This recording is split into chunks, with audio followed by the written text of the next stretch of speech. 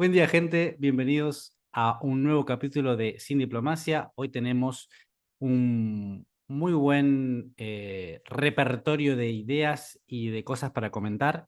Hoy nos toca hablar sobre esto que está sucediendo actualmente en postelecciones en la República Argentina, que es la transición presidencial. Jordi, buenas tardes. Buenas tardes. Desde España, con mucho lío, mucho lío. Muchos cambios y uno tiene que estar encima sobre el papel para analizarlo todo y para que no se escapen detalles. Perfecto. Estuvimos viendo lo que, por lo menos en mi modesta opinión, son aciertos y errores dentro de lo que es esta transición. Vamos a más o menos enumerar, así muy por el aire, pero vamos a hacer énfasis en algunos aciertos y otros errores. Bueno, entonces, uno de los que personalmente, ¿no? Me parece un acierto. Ahora voy a dar mi teoría sobre esto. Es el tema de Toto Caputo. El tema de Toto Caputo, al día de hoy, está como en el eje de la tormenta por una cuestión de que se habla mucho de cómo Macri, ¿no? Sobre la alianza de Macri, cómo aparece Macri, la influencia, ¿no? En el armado y sobre todo la influencia que está teniendo en el armado. ¿Por qué? Porque el área sensible de Javier Milei es la economía, dado que él es economista y él, el planteo, ¿no? de su campaña fue del lado de que es uno de los puntos más bajos que tuvo no solamente el gobierno actual, sino todos los gobiernos anteriores, que es una deuda que tienen con la población, una deuda que tienen con la población. Y pongo el asterisco porque obviamente todos los políticos saben de economía, todos saben cómo se causa la inflación, las causas que tiene la inflación y hacia dónde lo llevan. Ahora, dicho esto, de que saben cómo se causa y saben las consecuencias de la inflación, volvemos al punto en que no tienen los incentivos para resolver el problema, ¿no? Entonces, esto el electorado lo toma como una deuda de ya larga data. Entonces, claro, volver Milei al hacer toda su campaña en base a la economía y después rescatar, ¿no? A varias personalidades, de hecho, a gente del equipo económico de Macri, da estas suposiciones, ¿no? Sobre el posible armado que pudo haber hecho Mauricio Macri sobre el plantel estelar, ¿no? de Milei, que tendría que ser la economía, así como de Villarroel la seguridad, que después vamos a hablar, porque también punto clave de seguridad aparece, está sonando un nombre como el de Patricia Bullrich. La designación de Toto Caputo es un mínimamente hace ruido, o por lo menos hace ruido en lo que es esta transición que se está dando de manera expresamente pública, ¿no? ¿Qué te quiero decir? Armaron la oficina del presidente electo, en la cual hace eh, diariamente un recuento de lo que se está gestionando, ¿no? En esta transición.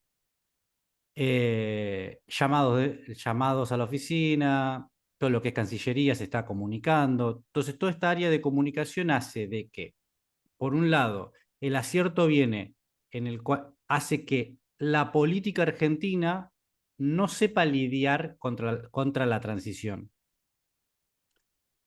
Y después voy a sobreimpresionar, voy a ver si lo sobreimpresiono o no, para ver si podemos seguir con este tema, que es, por ejemplo, algo que a mí me interesa demasiado, que es el tema de el, la asunción, días después de la asunción de Milei, se va a dar lo que es el pago de aguinaldos y sueldos en provincias. La cuestión es que Milei ya dijo de que no va a haber dinero extra para las provincias. No va a haber transferencias discrecionales. ¿Por qué? Porque esa es parte de lo que él dijo que tiene que oficiar de ajuste. Eso es ajuste. No hay plata, dijo. No hay plata para nadie. Perfecto. Ahora, resulta ser de que todas las provincias son deficitarias, todas las provincias necesitan, por lo menos en el mes de diciembre, dinero extra para cubrir lo que son los aguinaldos y son sueldos y bonificaciones y todas estas cuestiones que se dan en el mes de diciembre. Entonces, ¿qué digo que es un acierto? Por el momento, por el momento no se estaría dando una situación en la cual las provincias vayan al choque en contra de mi ley. De hecho, varias provincias han anunciado que van a tomar deuda, ¿no? Para sostener eh, y cumplir con, por ejemplo, el pago de aguinaldo, con todas estas cosas que fui nombrando, ¿no? ¿Cuál hubiese sido la otra opción? Ir al conflicto directo en contra de mi ley, en contra de lo que sería la transición o mínimamente contra Massa o Alberto, ¿no? Y bueno, por el momento no se estaría dando. Ahora, quedaría ver después del 10 qué sucede con esto que que es una pequeña bomba que está tejiendo Massa para dejarle a Milei. Ahora, ¿cuál es el punto clave de todo esto? Que Milei dijo de que del dicho al hecho, pero bueno, dijo que todo lo que requiera intervención, o sea, del tesoro, o sea, poner plata de sueldos, aguinaldos, pero de la parte federal, o sea, de nación, está totalmente cubierto porque los derechos adquiridos no se tocan. Entonces él estaría en condiciones de hacer ese pago, ¿no? Y no contaría con parte del ajuste, como se está diciendo, de que, por ejemplo, de que Milei podría no pagar aguinaldos, que es con algo que se está corriendo la gente, ¿no? Entonces él dijo, nación, todo lo que es a nivel nacional, todo lo que es a nivel federal, se va a pagar. Ahora, lo que es de las provincias es de las provincias, ¿no? Entonces acá está el foco de conflicto post 10 de diciembre. Las provincias, especialmente la provincia de Buenos Aires, no va a llegar a pagar aguinaldos. Quiero hacer el paréntesis de que Kicillof ya anunció de que está buscando la alternativa del financiamiento, el financiamiento con deuda para pagar los aguinaldos. Así que bueno, ese punto ya estaría cubierto y quedaría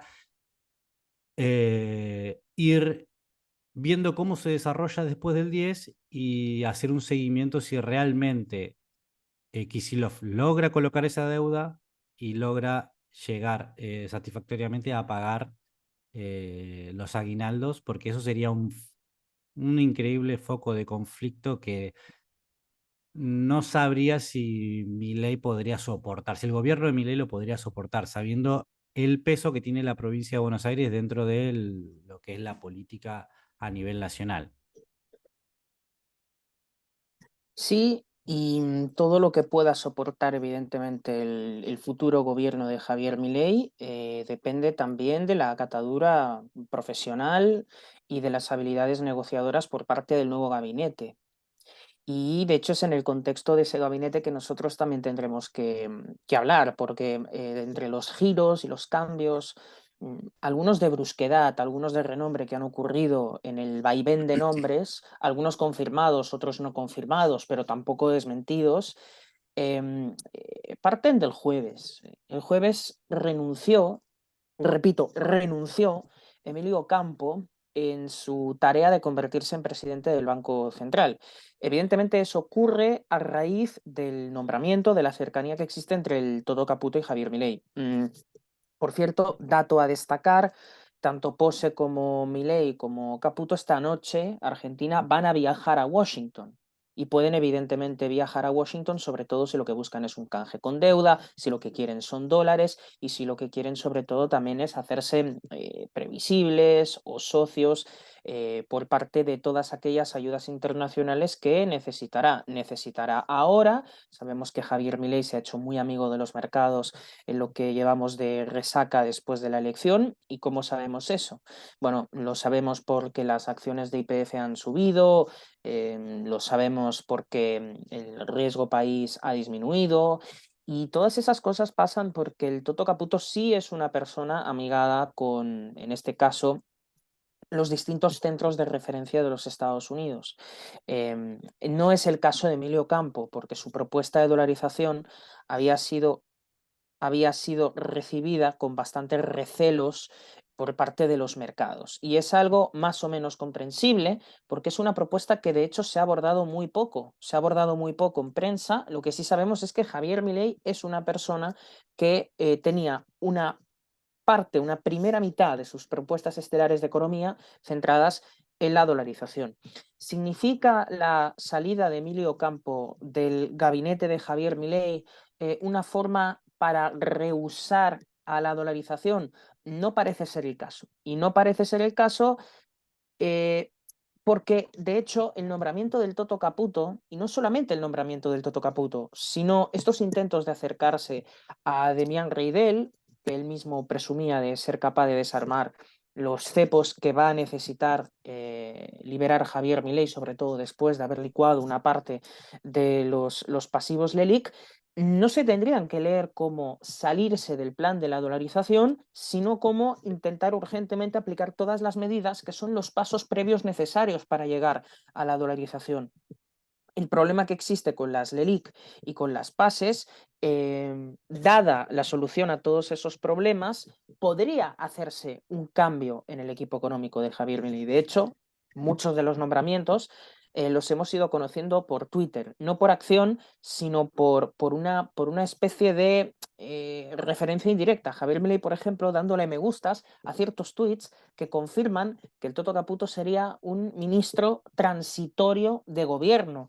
Y tú y yo, Mento, sabemos que normalmente el primer ministro de Economía no termina siendo el ministro de Economía al final del mandato del mismo presidente. Pasó con Macri, no tanto en el Ministerio de Economía, sí en la presidencia del Banco Central, pasó en el último gobierno del ominoso Alberto Fernández, donde de hecho Massa fue el último de los ministros de Economía de otros ministros de Economía. Por tanto, un mensaje de tranquilidad para los mercados es desplazar el asunto de la dolarización hasta que los problemas previos que todos los gestores de la economía y todos los profesionales de la economía saben que es indispensable solucionar, se haya llegado a solucionar. Pero en cualquiera de los casos, lo que sí sabemos o lo que sí podemos confirmar es que Javier Milei le está dando un giro ortodoxo a la economía que tiene que dirigir al país. Es un giro ortodoxo de las cosas que tiene que hacer un gobierno para evitar el default. Y lo que también tenemos que explicar, y han explicado por activa y por pasiva muchos otros economistas, es que en la forma en la que Javier Milei va a intentar salir de esta crisis económica es la forma completamente contraria a la que Argentina salió de la última crisis más vigorosa, más importante, que fue en el año 2001. Porque en el año 2001, ¿cómo salió Argentina de la crisis?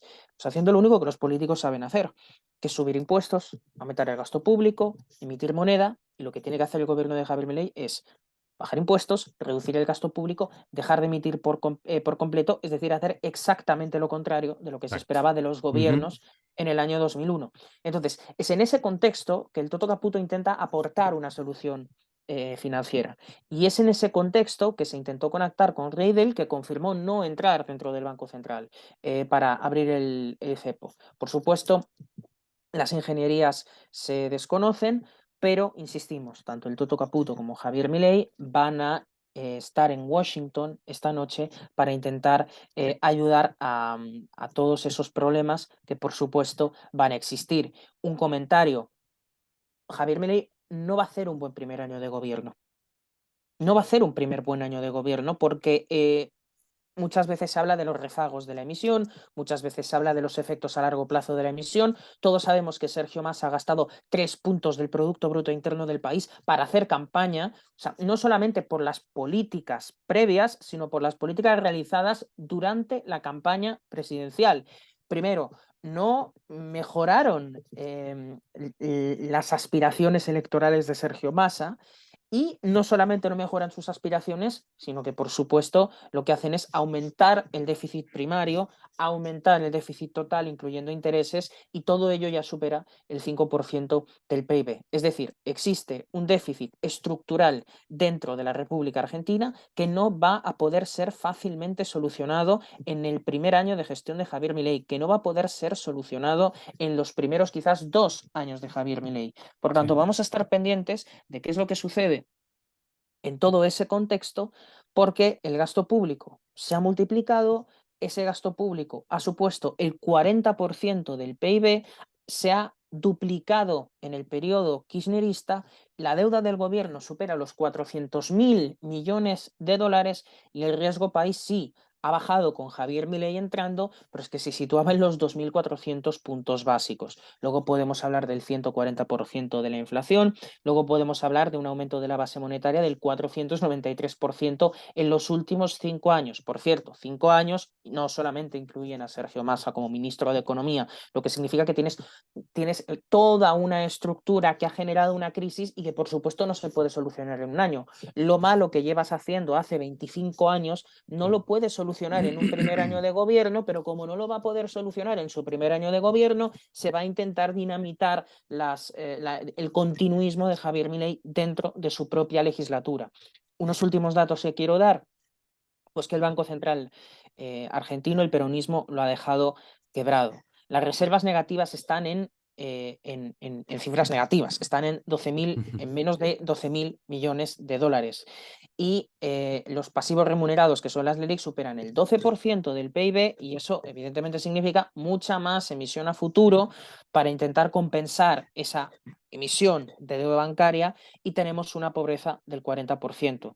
Todo eso, ¿qué es lo que necesita? Todo eso necesita de un regreso a la ortodoxia. Después de ese regreso a la ortodoxia, podemos negociar con cuál es el esquema de dolarización, es decir, qué ocurre inmediatamente después de haber dejado de facto inútil al Banco Central en su base de emisión monetaria.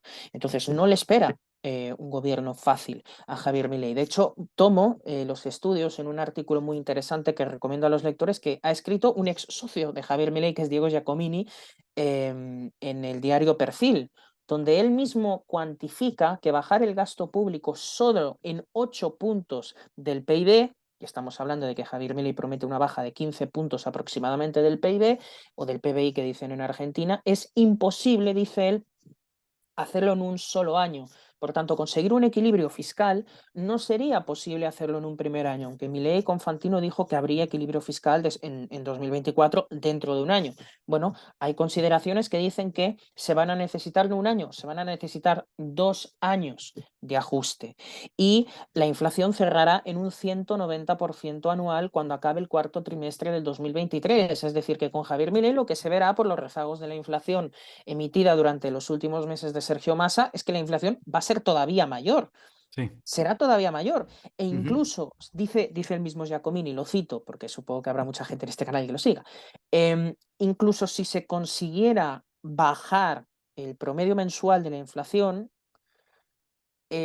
nosotros tuvimos a un ministro de Economía que, si mal no recuerdo, se llamaba Guzmán, Sí.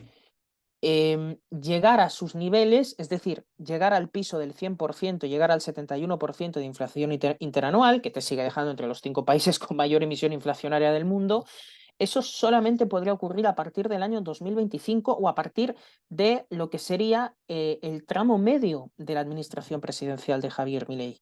O sea, habrá necesariamente más inflación con Javier Milei por culpa de Sergio Massa en 2023.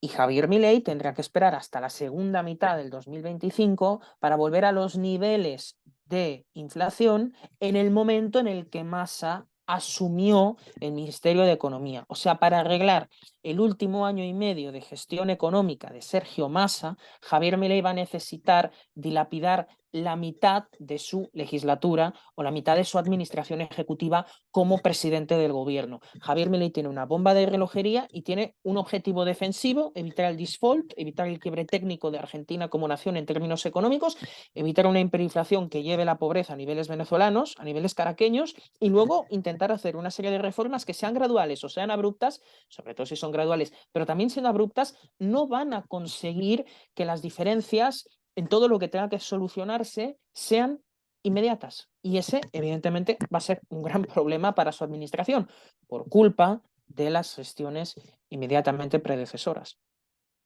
Bien, sí, sí, concuerdo con vos.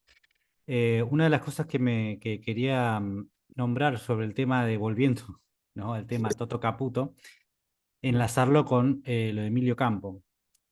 Mi, hipotéticamente, ¿no? Hipotéticamente, ¿qué hubiese sucedido si antes del balotaje, ¿no? Estallaba una hiperinflación consolidada, ¿no? Que se vaya, que sea todo un desmadre. Se hubiese dado, posiblemente, una elección a favor, como se dio, de Javier Milei, pero me quiero detener en el punto de la designación de Ocampo. Ocampo hubiese sido ratificado perdón, al Banco Central de la República Argentina. ¿Por qué quiero decir esto? Porque el plan de Ocampo no, mejor dicho, es un plan que requiere ciertas etapas en un cierto tiempo en el cual no se podría acelerar. Requiere tiempo, tiempo, tiempo. Entonces, ¿cuál es el tema con Ocampo? Que no previene una hiperinflación. Entonces, lo que no hay en Argentina es tiempo. Ahora, ¿por qué aparece la carta Caputo? La carta Caputo, según mi visión, podría aparecer por una especie de ética de la emergencia, ¿no? Mm. Milei habla mucho sobre este capítulo de la virtud del egoísmo de Ayn Rand, que es la ética de la emergencia, ¿no? Que es básicamente, por ejemplo, él siempre lo dice: si se está incendiando un auto y hay una persona que necesita salir o necesita apagar su auto, el incendio, y hay otra que tiene un matafuego y no lo quiere dar o no lo quiere usar a favor de esta persona, la ética de la emergencia dice que por emergencia uno puede sustraer, ¿no? Ese bien, usarlo en defensa de la persona y así salvarla, y después, bueno, se verá cómo se compensa a la otra persona por justamente estar en este problema, ¿no? Ahora, ¿por qué lo enlazo con la ética de la emergencia? Por una cuestión de cómo Milei le dio con un caño. O sea, si uno solamente se aferra a las opiniones de Milei, el pre-Milei político, diría que, Prepresidencial. pre-presidencial, ahí está, básicamente diría que lo odia, o mínimamente que, no sé, odiar es una palabra muy fuerte, pero que mínimamente lo detesta. Que no tiene conocimientos de teoría económica. Exacto, no solamente eso, sino que básicamente él se dedicó siempre a poner deuda, y la deuda es lo que es, ¿no? Son impuestos futuros. Entonces es Ujú. como, es como que entraría en un conflicto moral con lo que plantea mi ley. Ahora, ¿por qué se daría este conflicto moral? ¿Por qué? ¿Cómo se resolvería en la cabeza de mi ley, creería yo, este conflicto moral? A través de la ética de la emergencia. ¿Esta emergencia cuál es? Estamos posiblemente al borde de lo que podría ser una hiperinflación. Entonces, al no tener tiempo, ¿no? Y no tener un plan consistente que tenga en cuenta una posible hiperinflación, o sea, que el mismo plan subsane la posibilidad de que se genere una hiperinflación, aparece Toto Caputo con su solución en el 2018 con un canje de deuda de Levax de un 40%. Exitoso. Mm. Se estaría planeando replicar la misma metodología con las LELIQs. Ahora, ¿qué es lo que lleva fuertemente? ¿Cuáles son las condiciones? Uno pensaría, ¿no? ¿Cuáles son las condiciones que hacen de que se lleve a la designación, a la posible designación de Toto Caputo al frente del Ministerio de Economía? Sería de que los bancos no en estos últimos días no renovaron el 40% de las LELIQs y se pasaron directamente a pases. Los pases remunerados son LELIQs que en vez de durar lo que dura una LELIQ, dura un día. O sea Mm, que tranquilamente en un día de no renovar los pases se podría transformar en el doble o el triple de masa monetaria en un saque. Eso sería un golpe fatal. Sería básicamente la muerte de la moneda o lo podríamos llamar hiperinflación, ¿no? Entonces, esta situación tan delicada de la economía, que a pesar de dar, de haber dado ya gestos positivos, como por lo que nombraste los del de mercado. los del mercado, las empresas creciendo y el riesgo país bajando, quiere decir que ¿no? ciertos pasos que se estuvo dando a través de la transición hayan dado cierta lógica de mercado, cierta paz para darle una calma a lo que sería la posible gestión de Milei. Yo creo que estamos viendo un Milei refinándose políticamente, en el sentido de sacando su carta pragmática, no tanto del dogma, porque él tranquilamente podría decir, bueno, yo usé la carta Emilio Campo y la carta dolarización como un pilar en mi campaña, lo voy a mantener, sea como sea. No, bueno, aparentemente el dogma no estaría eh, prim- eh, privando no, no estaría en la cabeza de Milei por el momento, sí el pragmatismo que da este giro, ¿no? Que es tan vertiginoso todo, ¿no? Cómo se va dando, que creo que podría llegar a ser uno de los aciertos de Milei. La otra cosa, ¿no? Hablando eh, de las designaciones, es la promesa de Massa del gran gobierno de unidad nacional. Ujú, ujú. Así como tanto Bullrich y Milei y Massa en campaña le robaron la palabra cambio y la palabra capital humano a Milei, Milei hoy audazmente habría robado la palabra gobierno unidad nacional, sabiendo ¿no? la cantidad de designaciones, de supuestas designaciones, porque obviamente según él se van a saber el 10 de diciembre cuando lo anuncie de otros espacios, ¿no?